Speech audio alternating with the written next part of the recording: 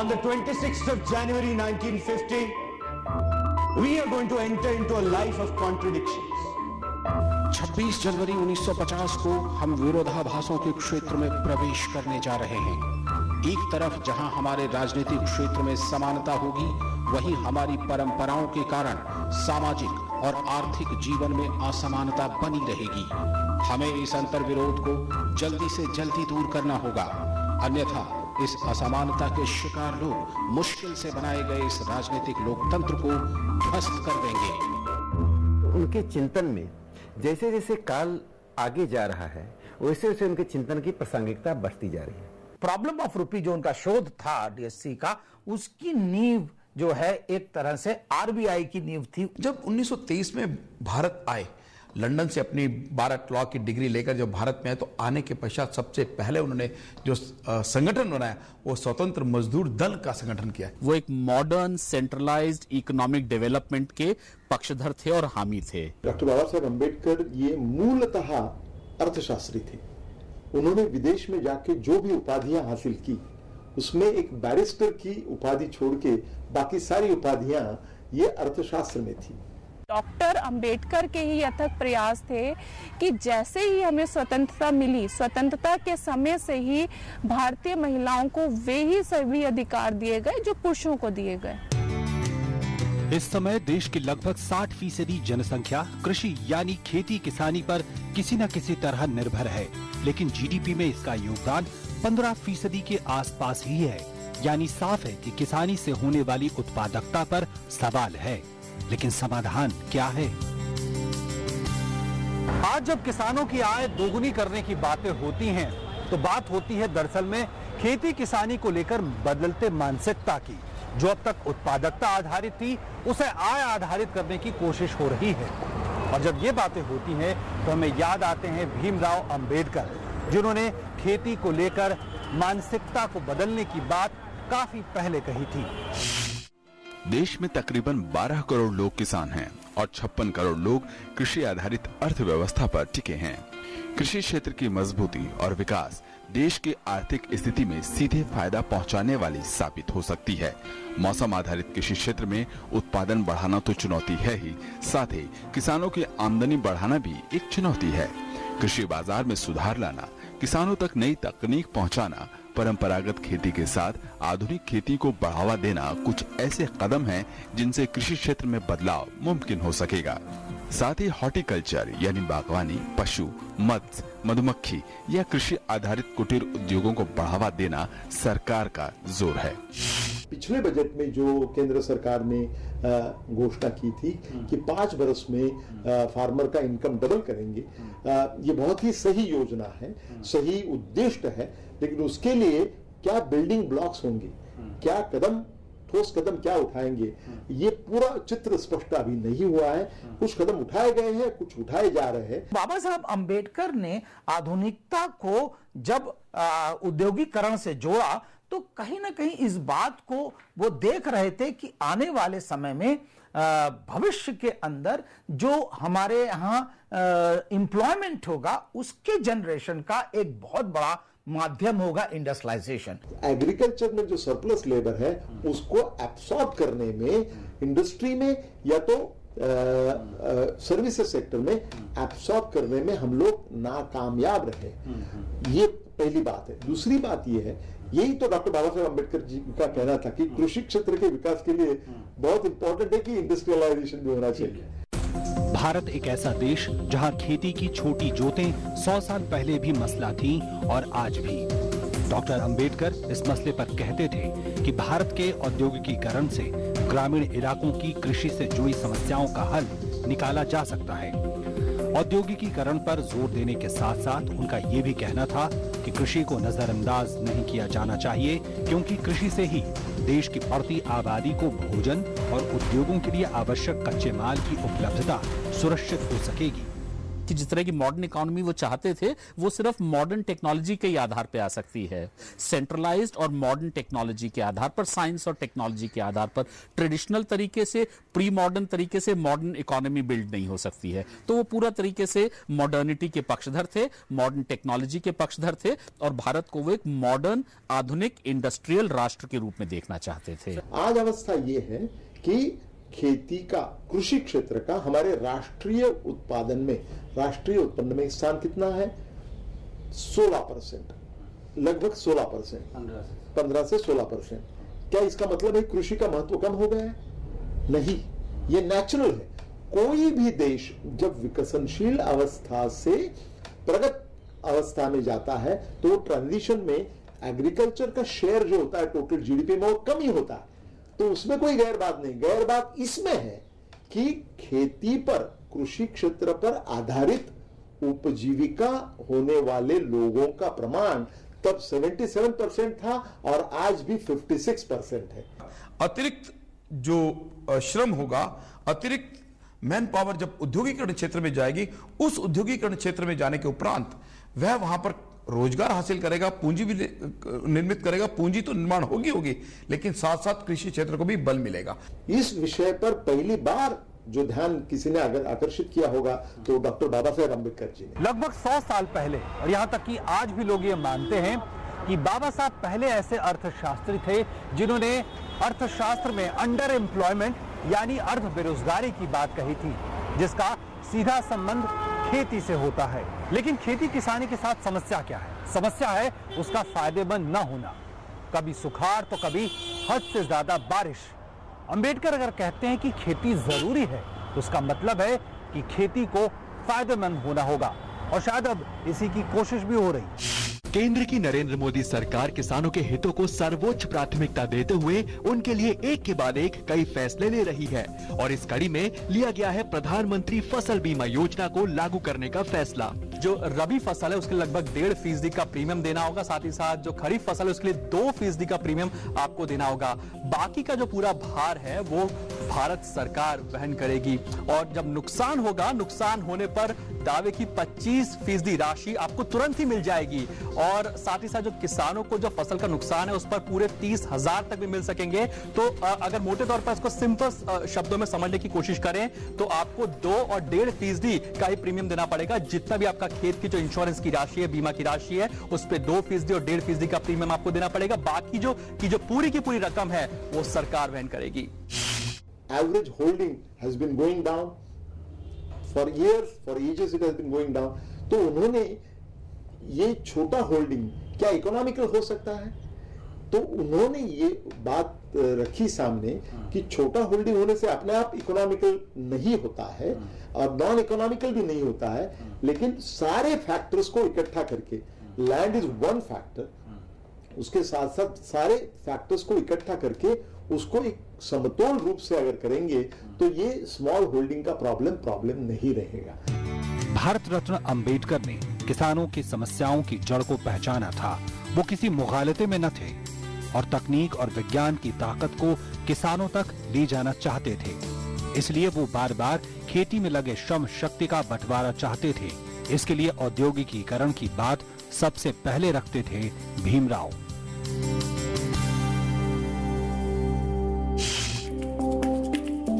देश में घटती भूमि की उर्वरता शक्ति को बढ़ाने के लिए केंद्र सरकार ने मृदा स्वास्थ्य कार्ड योजना की शुरुआत की, जिससे भूमि का वैज्ञानिक परीक्षण कर खेती को बढ़ावा दिया जाए। सॉइल हेल्थ कार्ड स्कीम के तहत केंद्र सरकार अगले 3 वर्षों में देश के 14 करोड़ किसानों को मृदा स्वास्थ्य कार्ड का वितरण करेगी, जिसके जरिए किसानों को मिट्टी की उर्वरता, रासायनिक खादों के इस्तेमाल और खेती से संबंधित हर तरह की जानकारियां उपलब्ध करवाई जाएंगी। सॉइल हेल्थ कार्ड की शुरुआत करते हुए प्रधानमंत्री नरेंद्र मोदी ने देश के लोगों को मंत्र दिया, स्वस्थ धरा खेत हरा। आज जब खेतों के मिट्टियों की जांच की बात होती है तो तकनीक का उपयोग और कल्याणकारी सोच का संगम नई ऊर्जा भर देता है।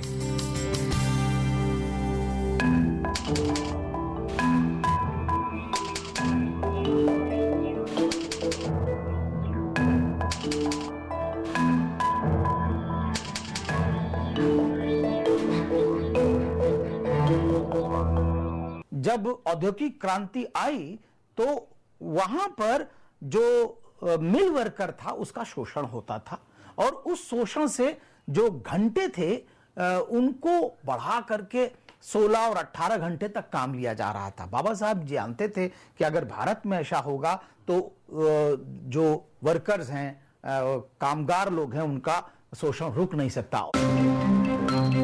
भारत के अनौपचारिक या असंगठित क्षेत्र के कामगार और मजदूर ये वो लोग हैं जो गांव में परंपरागत पेशे में लगे हैं या शहरों और महानगरों में आकर आजीविका तलाशने का प्रयास करते हैं। लेकिन चिंता की बात यह है कि इन कामगारों को शायद ही कोई सामाजिक सुरक्षा या अन्य सरकारी लाभ नियमित तौर पर प्राप्त होते हों। वायसराय की कार्यकारी परिषद में भीमराव ने श्रमिक घोषणा पत्र पेश किया। यही श्रमिक घोषणा पत्र आगे चलकर श्रमिक कल्याण योजना का आधार बनी। जुलाई 1942 को अंबेडकर वायसराय की कार्यकारी परिषद के श्रम सदस्य बने थे। उनका कार्यकाल हालांकि बहुत छोटा, लेकिन भारत में श्रम कल्याण के इतिहास में बहुत महत्वपूर्ण रहा। 1942 से लेकर 1946 तक जब ब्रिटिश सरकार ने भारतीय लोगों को अपने मंत्रिमंडल में शामिल करने का प्रस्ताव रखा, तो जिन लोगों को समावेश किया गया था, जिन भारतीयों का समावेश ब्रिटिश मंत्रिमंडल में किया गया था, जिसको मंत्रिमंडल नहीं कहते थे, उसको कहते थे viceroy's executive council, viceroy's executive council. और उसमें जो मिनिस्टर थे उनको मेंबर कहते थे। तो डॉक्टर अंबेडकर को चुना गया, उसमें जो 6 भारतीयों को लिया गया था उसमें एक थे डॉक्टर अंबेडकर। मॉडर्न इकोनॉमी बहुत कॉम्प्लेक्स है, उसमें ज्यादा से ज्यादा मशीनीकरण होता है, लेकिन इंसानों की जरूरत भी पड़ती है। लेकिन लेबर की जरूरत बदलती रहती है। लेबर आज एक फंक्शन कर रही है, कल दूसरा फंक्शन करेगी, परसों तीसरा फंक्शन करेगी। गतिशीलता रहती है, मोबिलिटी रहती है, लेकिन लेबर की भूमिका रहती है, और इसको अंबेडकर अच्छी तरह से जानते थे। मजदूरों की यूनियन को पंजीकृत किया जाए, उनकी यूनियनों को पंजीकृत किया जाए, उनके लिए कोई एम्प्लॉयमेंट पॉलिसीज बने। उस समय उन्होंने एक मजदूरों को रोजगार दिलाने के लिए एम्प्लॉयमेंट योजना, जिसे कह सकते हैं आजकल हम आजकल एम्प्लॉयमेंट रोजगार स्कीम पे आते हैं, उन्होंने 1946 के अंदर इस बात की चर्चा की मजदूरों के लिए। और उन्होंने ट्रेड यूनियन बिल पास करा 1943 के अंदर कि जितनी भी मजदूर यूनियन है वो उनको संगठित किया जाए, उनको पारित किया जाए, ताकि संवाद बन सके। वायसराय की कार्यकारी परिषद में श्रम सदस्य के रूप में B.R. अंबेडकर ने फैक्ट्री एक्ट में संशोधन करके मजदूरों के लिए छुट्टी की व्यवस्था, इसके अलावा काम में घंटों की कमी जैसी व्यवस्थाएं की। बड़ी बात यह है कि 21वीं सदी में आज भी असंगठित क्षेत्र के एक मजदूरों के एक बड़े तबके के लिए ये एक सपना ही बनी हुई है। राष्ट्रीय सैंपल सर्वेक्षण कार्यालय की 68वीं गणना के अनुसार गैर कृषि क्षेत्र में काम करने वाले 4 लोगों में से 3 व्यक्ति अनौपचारिक या असंगठित क्षेत्र में काम करते हैं। लेकिन ऐसा लगा कि 21वीं सदी का दूसरा दशक बाबा साहेब के सपने को सच करने के करीब आ पहुंचा है।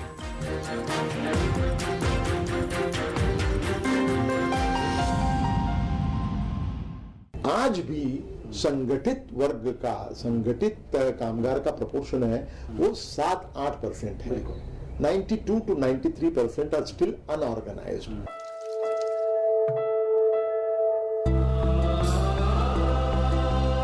ये जो वृक्ष है, ये वृक्ष ही आपका भविष्य है। मान लीजिए दुर्भाग्यवश आपके साथ कोई बीमारी हो जाए या प्राकृतिक रूप से आपके साथ कोई अनहोनी हो जाए, तो आपके परिवार के लोगों को किसी के सामने जाकर हाथ नहीं फैलाना पड़ेगा। तो कैसे संभव होगा ये संभव होगा प्रधानमंत्री जीवन ज्योति बीमा योजना से। इस योजना के तहत सिर्फ 1 रुपया प्रतिदिन जमा करने के हिसाब से आपको मिल सकता है 2 लाख रुपए का जीवन बीमा। 12 रुपए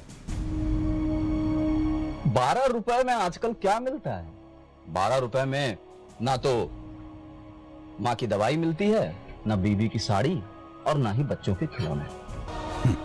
सवाल 12 रुपए का नहीं है, सवाल है उन करोड़ों परिवारों की सुरक्षा का, जिनका सब कुछ कोई एक ही व्यक्ति पर निर्भर होता है। अब ऐसे नागरिकों को बेफिक्र आगे बढ़ने का हौसला देगा देश। देश की सबसे बड़ी और सबसे कम प्रीमियम वाली आर्थिक सुरक्षा योजना के जरिए प्रधानमंत्री सुरक्षा बीमा योजना, छोटा प्रीमियम बड़ी सुरक्षा। प्रीमियम केवल 12 रुपए सालाना, बीमा की राशि 2 लाख।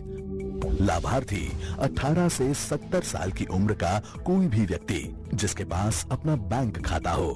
खासकर असंगठित श्रमिकों के लिए बनाई गई है अटल पेंशन योजना, एक मजबूत सहारा जीवन भर का। सामाजिक सुरक्षा की ये योजनाएं आजादी के 70 सालों बाद आई हैं।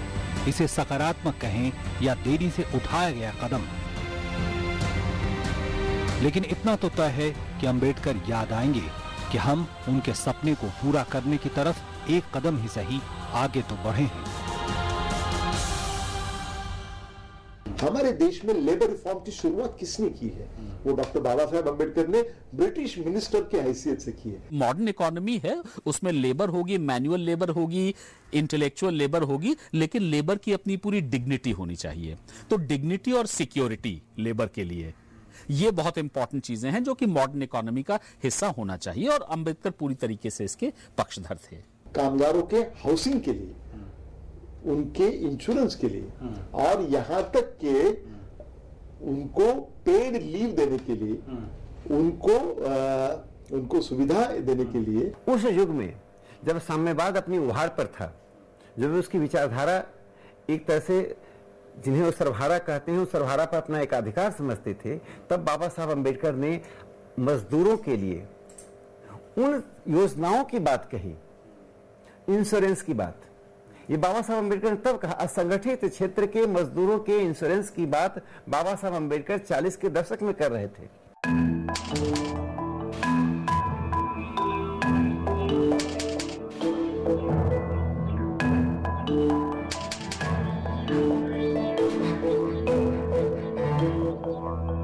श्रमिकों को चाहे वे औद्योगिक हों या खेतीहर हों, एक सी सुविधाएं प्रदान की जानी चाहिए, जिनमें प्रोविडेंट फंड, नियोजक का दायित्व, मुआवजा, स्वास्थ्य बीमा और पेंशन शामिल हो। इफेक्टिव कंज्यूमर मार्केट, जिसके बगैर की मॉडर्न अर्थव्यवस्था चल नहीं सकती है। इफेक्टिव कंज्यूमर मार्केट तभी बन पाएगा जबकि एक आबादी का एक बहुत बड़ा ऐसा हिस्सा ऐसा हो जो समृद्ध हो, जो खुशहाल हो, जो स्वस्थ हो, तभी तो वो इकोनॉमी में हिस्सा देगा। कोई भी आर्थिक व्यवस्था तभी समृद्ध और स्थायित्व बना रह सकता है जब धन में अर्थात वेल्थ में शेयरिंग होगी लोगों की।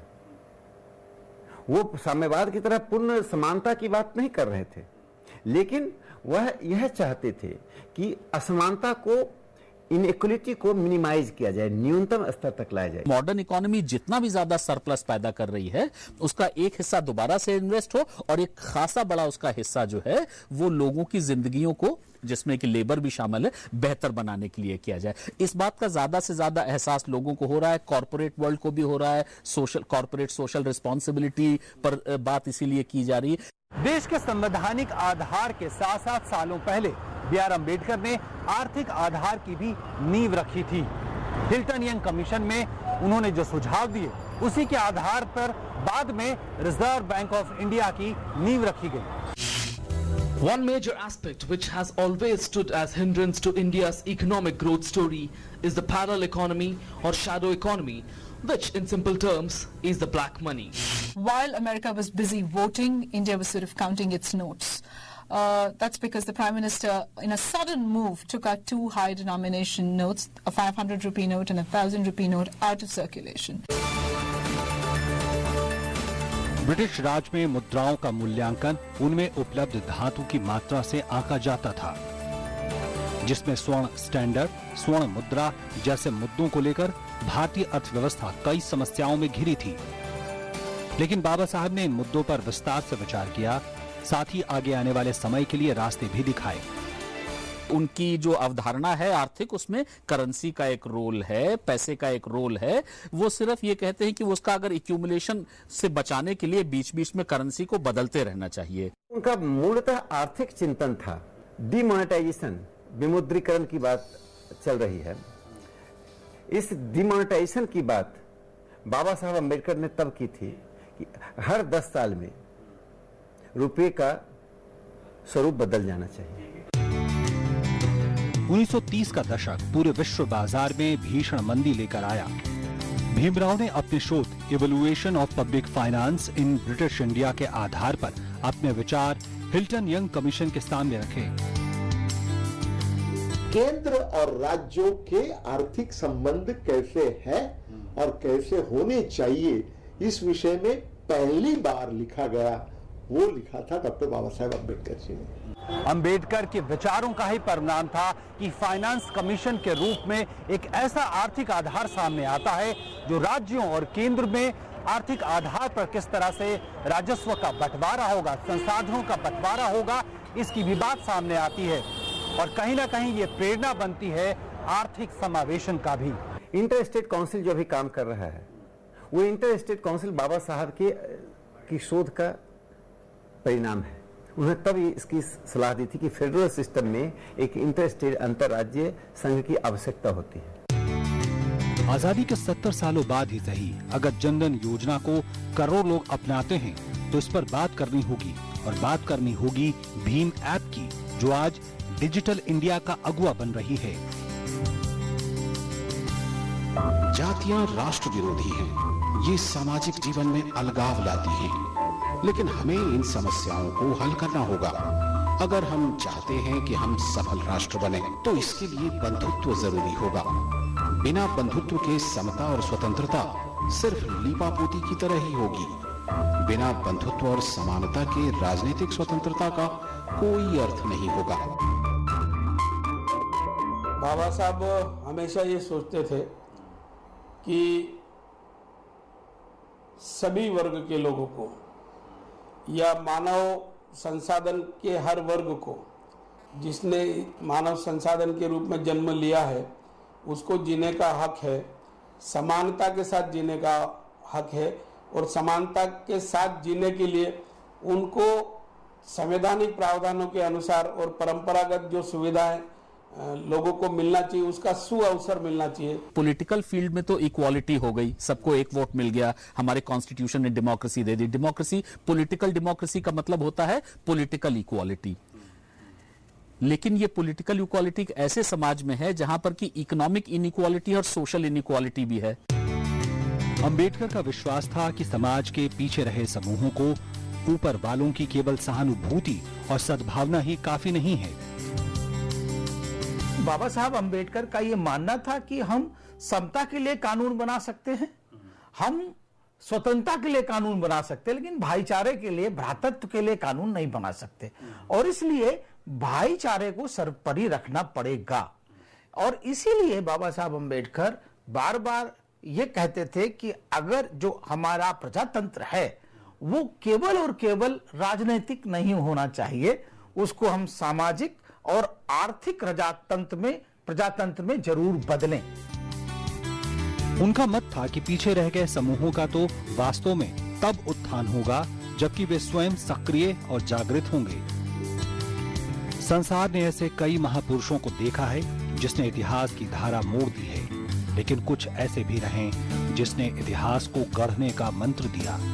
ऐसे हैं बाबा साहेब भीमराव अंबेडकर, जो क्रांति ज्योति हैं, जो सबके लिए प्रेरणा स्रोत हैं